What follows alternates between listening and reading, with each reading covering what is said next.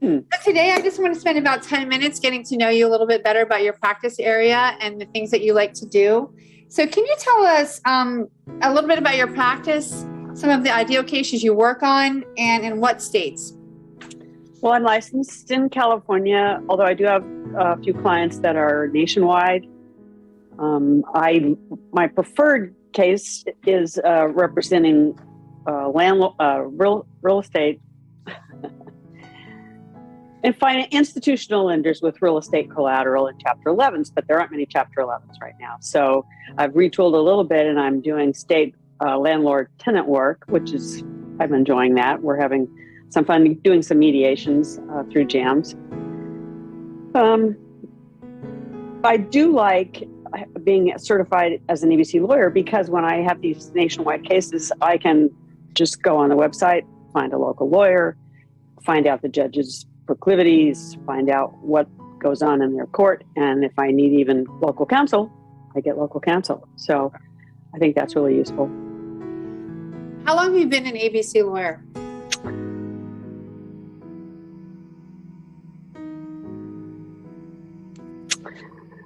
I got certified in 2007 in business, bankruptcy, and creditors' rights. And then along about 2015, I got this letter that said, "Congratulations, you're on the board."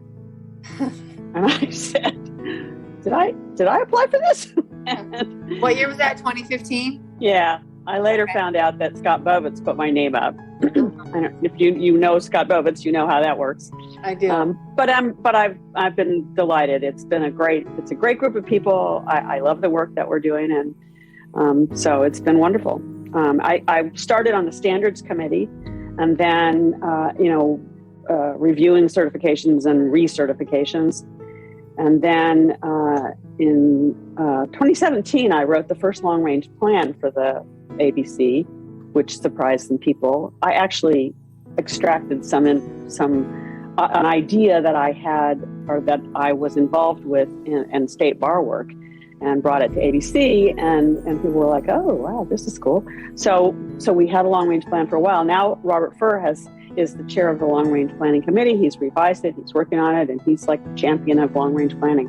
But that was sort of my little added value that I did. And then I guess it was 2019, I became secretary, took minutes, etc., became the treasurer and then vice chair under Patricia Puget, who's an amazing lawyer and an amazing board member. Where we had problems with certifications anytime, she was always right there on top of it. She's licensed in 5 states. Anyway, she was a great president, and I'm lucky to follow her as president now. Awesome. That's so awesome. Thank you so much for that. So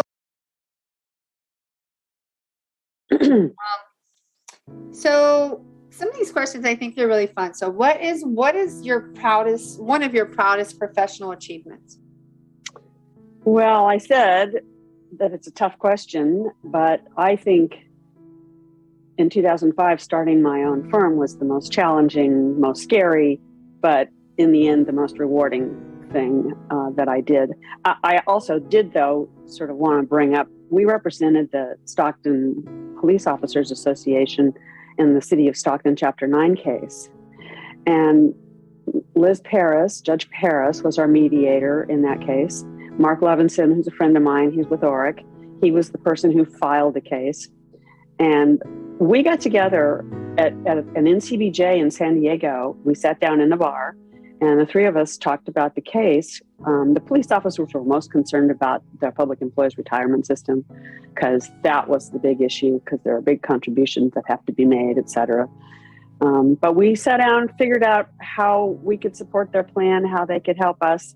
And from there, the case went on for a very long time, but that was sort of the seed that helped, I think, that with the treatment of the police officers and also with the approval of the Chapter 9 plan in the end. I mean, it wasn't the whole deal, but it was a part of it to have the police officers supporting Mark's plan. So, and that's when practicing law is fun, when you've got clever people, skilled friends that want to make things work.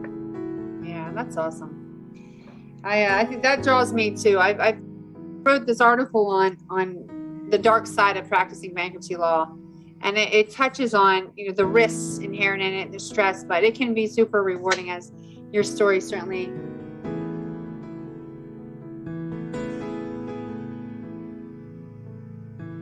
What is something that most of us don't know about you?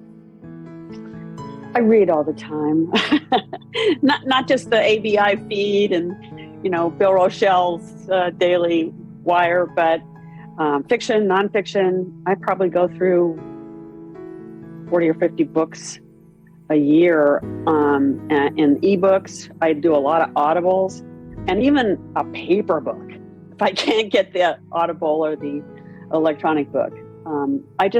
I'm curious about a lot.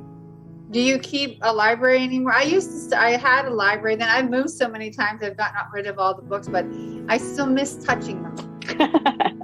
I don't miss hard books. I have bookshelves in my house, plenty of them, and they're all full of books, but most of the books that I've read, my phone has got way more books in it, and on Audible and Kindle.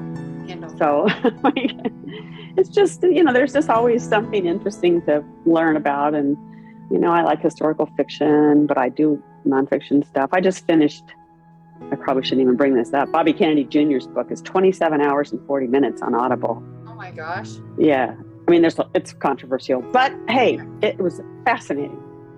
Do you listen to it while you're driving or like working out? Or Driving, cooking in the kitchen. I can't do it on my AirPods you can have it transparent, or you can have it so you block out all the other, and I got to have it on transparent because my husband's always walking in and telling me things, right?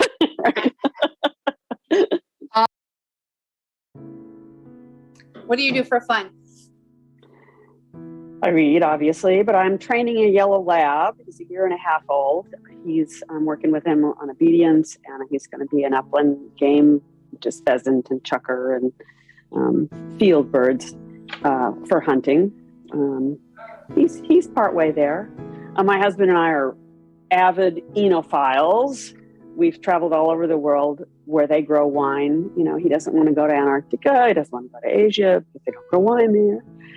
And so, but we have done a lot of traveling for wine. I like to cook. I bake my own sprouted wheat sourdough bread. I make butter out of raw cream.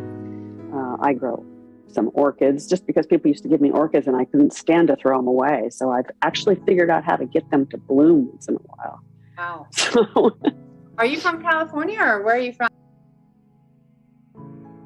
Or where are you from? Los Angeles, California. Okay. Yeah, I was actually there. The Valley. Yeah. Oh, so is that San Fernando Valley, or? Panorama City was the heart of the valley, or is the heart of the valley. I haven't been there in ages, but I like to say I was a valley girl before there were valley girls. Okay, and this is our last question. Unless there's anything else you want to highlight or talk about. Okay, this has been great. Do you have tips for other bankruptcy practitioners?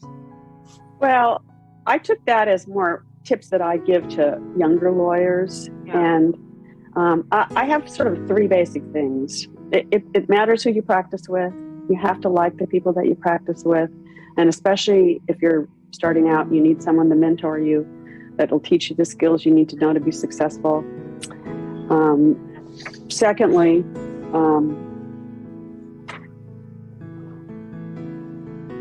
you need to have your own business. You have to generate your own business. You need to have clients in private practice. I mean, if you're going to go work for the government or do something else with your law degree, that's fine. But if you want to be happy in private practice, you have to have business that you control. Clients that will go with you if you need them when you move. I mean, we're talking about this, but and the third thing is, how do you do that as a young lawyer? You do that by joining organizations, local bar groups, ABI, specialty groups, becoming certified, and then you participate in those organizations and you try to add value to those organizations, and you make a lot of great friends, and along the way, you generate business. Yeah. That's so excellent. I try to talk to my associates about that, but I think a challenge too. I think for us as young lawyers, it's just like you feel like you're being pummeled with billable hours and not really carving out that time and learning how to do it. How did you learn how to network? What were some of the things that you did and do now? I can identify with the fact that it was overwhelming as a young lawyer. I was in a 135-year-old firm when I started out, and it was just kind of like, how am I supposed to generate business? I mean, I'm a young associate. I barely know, my way to the bathroom, right? And it's sort of overwhelming, but people, helped to get me onto some different organizations. And I remember because I didn't even know how to socialize very well. I mean, I was, my parents were farm people that came to California. And so they didn't have social events or anything like that. But I went to some social events with a woman who was, a couple of years ahead of me.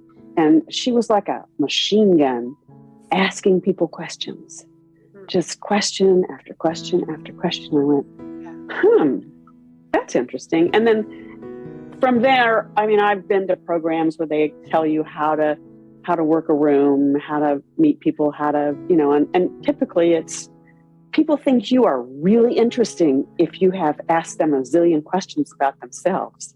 Yeah.